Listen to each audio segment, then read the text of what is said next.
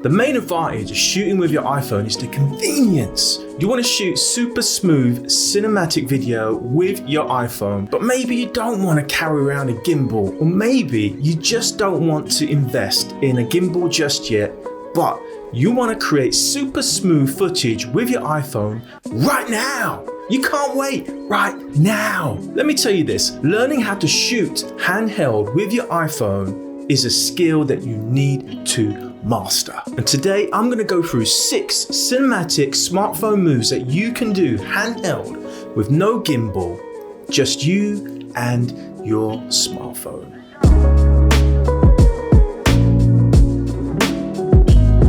Guys, if you like the content today, please smash that like button and also consider subscribing. Now, before we get into these 6 cinematic moves, I want to talk about camera settings and also general movement. These moves I'm going to show you today, you can use the standard camera app, no problems there, right? All you need to do if you want to use the standard camera app is make sure that you hold and lock your exposure and your focus. Going through some of the moves in the tutorials today, I will be locking my focus a lot. So if you're going to use the standard camera app, you need to make sure that you learn how to lock your focus. It's so simple. All you need to do is touch the screen where you want to focus, hold it down. You'll see a simple AE/AF lock message. That means that you've locked your exposure and your focus on the subject and you can go and do your moves. So like I said, standard camera app, no problem with that. But today I'm going to use a pro app called Filmic Pro. And this is the app that I recommend because when you're doing these kind of cinematic moves, you want to have full manual control. With Filmic Pro, I can set my exposure and my focus separately, and I have a lot more advanced options when it comes to filming cinematic video with my iPhone. Now, when you're filming handheld with your iPhone with no gimbal, there's a couple of settings that you want to make sure you set before you start doing the moves. The first one is shoot at the highest frame rate that your phone supports. I've got the iPhone 12 Pro Max, but today I'm going to be shooting at 120 frames per second. If you're using the standard camera app, you can switch your phone to slow motion. That's going to give you the high frame rate. Also, make sure you use the widest lens that you have available. Again, I've got the iPhone 12 Pro Max, so I'm going to be using the ultra wide lens as much as possible. The reason for this, a wider lens is a lot more cinematic. It's immersive. Also, shooting with a wider lens will help to reduce those micro shakes that you get when you're filming handheld. So that's camera settings out of the way. Let's talk about movement. This is going to be vital. You don't have a gimbal. It's just you and your phone. You're going to have to practice some moves. When you're holding your phone, you need to make sure that your elbows are tucked in. It's vital that you move with your body and your knees. So keeping your elbows tucked in and making sure that whenever you move, you're moving as one unit. You're using your whole body to move. I tell you what, mate, if your arms are flapping about like this, right, you're not going to get no smooth cinematic shots, right? Your body is a plank. Keep those elbows tucked in and make sure that you're moving with your body. Right, guys, let's get into the tutorial. So guys, the other day, I went down to the local lake with my little girl and I filmed a little cinematic sequence and I used all 6 of these moves. So I'm gonna go through all of these moves and then right at the end, I'm gonna show you a clip pulling those moves together. I'm gonna slap on some color grade, put some music in there, and you can see what kind of results you're gonna get handheld with no gimbal. So the first shot I'm going to show you today is the Gib Shot. Now, the Gib Shot is great for establishing the scene. It's always the shot that I go to for the first scene. For the Gib Shot, you need to use your knees. Think about squatting. You know, if you go down a gym, you know, I need to get down to the gym. But when I do go down to the gym and I do some squats, that's a move that you want. Now watch how I'm doing it here. I've locked my exposure and I've focused on the lake. Keep the movement of your arms to a minimum. As you're rising, you might want to elevate your arms slightly, but keep them tucked in for as long as possible.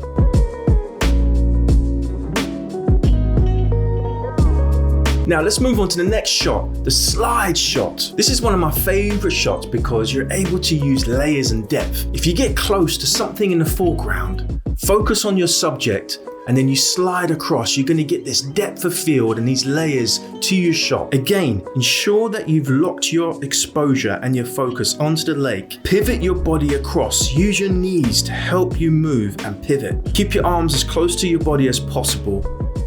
Yeah.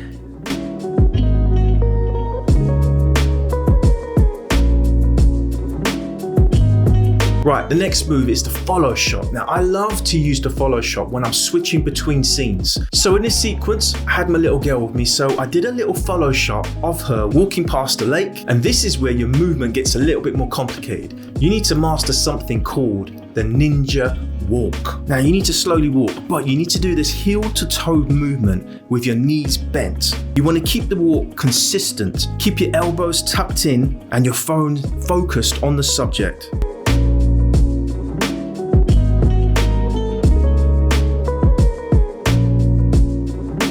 Now listen up, it can take you some time to master the ninja walk, right? You know, you're gonna look like, you know, you shit your pants, but that's the price you pay if you wanna do good filmmaking. Right, the next shot is the Dolly In Shot. Now this is a classic shot that you will see in a lot of movies, and it's really easy to master. Now this one, you're gonna use your whole body and your knees. Knees bent, you're holding your phone, elbows in. As you lean in, you come back, ooh. Now sometimes, you can do a little variation. When you're dollying in, you can twist your phone a little bit, right? Like this.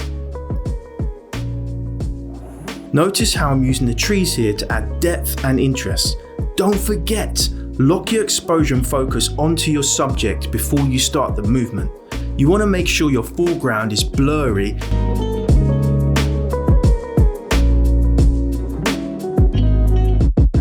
Right guys, the next shot is a low push shot. Now for this, specifically with the iPhone, I like to flip the phone around so that the lens is at the bottom and it's closer to the ground. All you need to do is then push through the foreground and it creates this awesome effect. Notice the depth you can create by getting really close to the foreground. Right guys, the next shot is what I call the pull down shot. Now you can do this on trees, brick walls, anything that has height and depth. Steady yourself, lock your focus and exposure, then slowly pull down the tree. Use your body and knees as much as possible. Try to keep your arm movements to a minimum. Again, it's a whole body movement. Your body is a plank.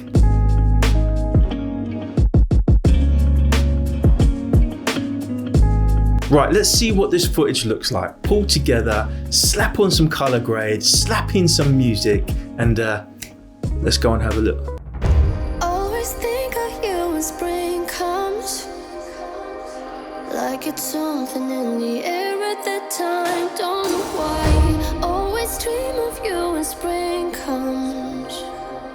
It's like the heat on my skin takes me back to the time met you on a Friday, halfway out at the door of the club, playing soul on the weekends, stayed in bed till Wednesday, fell in love with you right there and then. I was young, couldn't see that. So I hope you learned something today, guys. There are a lot more advanced techniques that you need to master, but these are going to get you going, right? These 6 moves, they are simple, so simple to master. No gimbal, just you, your phone, and you can shoot great videos. Guys, if you liked the video, please hit the like button, consider subscribing, and also check out some of these other videos, right? If you want to learn more. I'll see you in the next one.